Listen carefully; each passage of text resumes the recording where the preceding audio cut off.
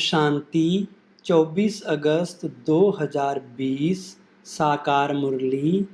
सबसे पहले सुनते हैं आज की मुरली के मुख्य पॉइंट्स। बाबा ने कहा, तुम गुप्त वेश में इस पुरानी दुनिया का परिवर्तन कर रहे हो। तुम अननोन वॉरियर्स हो, तुमको कोई नहीं जानते। बाबा भी गुप्त है, नॉलेज भी गुप्त। इस जन्म में जो भी विकर्म किए हुए हैं वह लिख कर दे दो तो बोझ हल्का हो जाए। बाप कहते हैं, बच्चे तुम्हें पतित से पावन, पावन से पतित बनना ही है। तुम हो ऑलराउंड पार्टधारी। यह नॉलेज तुम बच्चों की ही बुद्धि में है। दूसरा कोई सृष्टि के आदि मध्य अंत को नहीं जानते।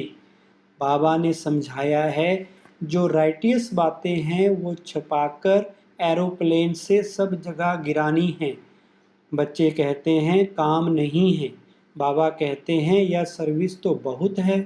जो भी बड़ी बड़ी संस्थाएं हैं, गीता पाठशालाएं आदि हैं, उन सबको जगाना है, सबको संदेश देना है। या पुरुषोत्तम संगम युग है। यह भी बाबा ने समझाया है, कुंभ का मेला आदि जो लगता है वहाँ मनुष्य जाते हैं स्नान करने, पावन होना चाहते हैं। तो जहाँ जहाँ मनुष्य स्नान करने जाते हैं वहाँ जाकर सर्विस करनी चाहिए। मनुष्यों को समझाना चाहिए या पानी कोई पतित पावनी नहीं है। या पॉइंट्स भी लिखनी है कि पतित पावन कौन। फिर शिव और शंकर का भेद भी दिखाना है। यह भी बाबा ने समझाया है। कल्प 5000 वर्ष का है।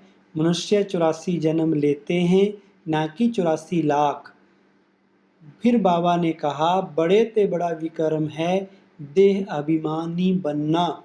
बाबा बार बार कहते हैं, देही अभिमानी बन, बाप को याद करो। पवित्र तो रहना ही है। सबसे बड़ा पाप है काम कटारी चलाना।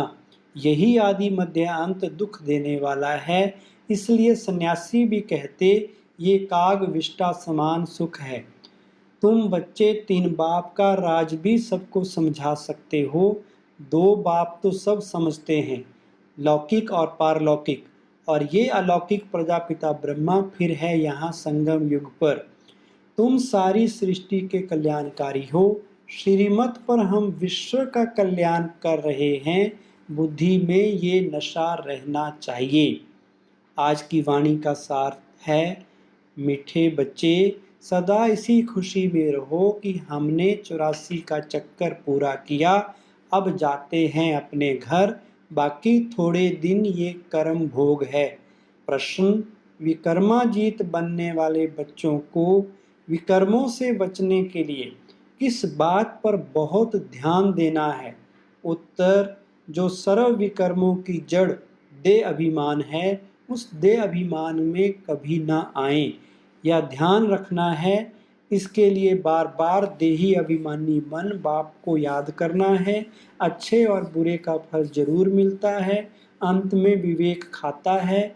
लेकिन इस जन्म के पापों के बोझ को हल्का करने के लिए बाप को सच सच सुनाना है।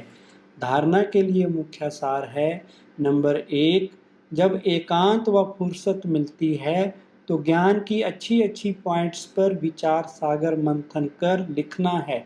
सबको संदेश पहुंचाने व सबका कल्याण करने की युक्ति रचनी है।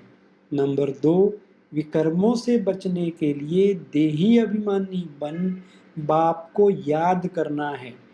अभी कोई भी विकर्म नहीं करना है। इस जन्म के किए हुए विकर्म बाप दादा को सच सच सुनाने हैं।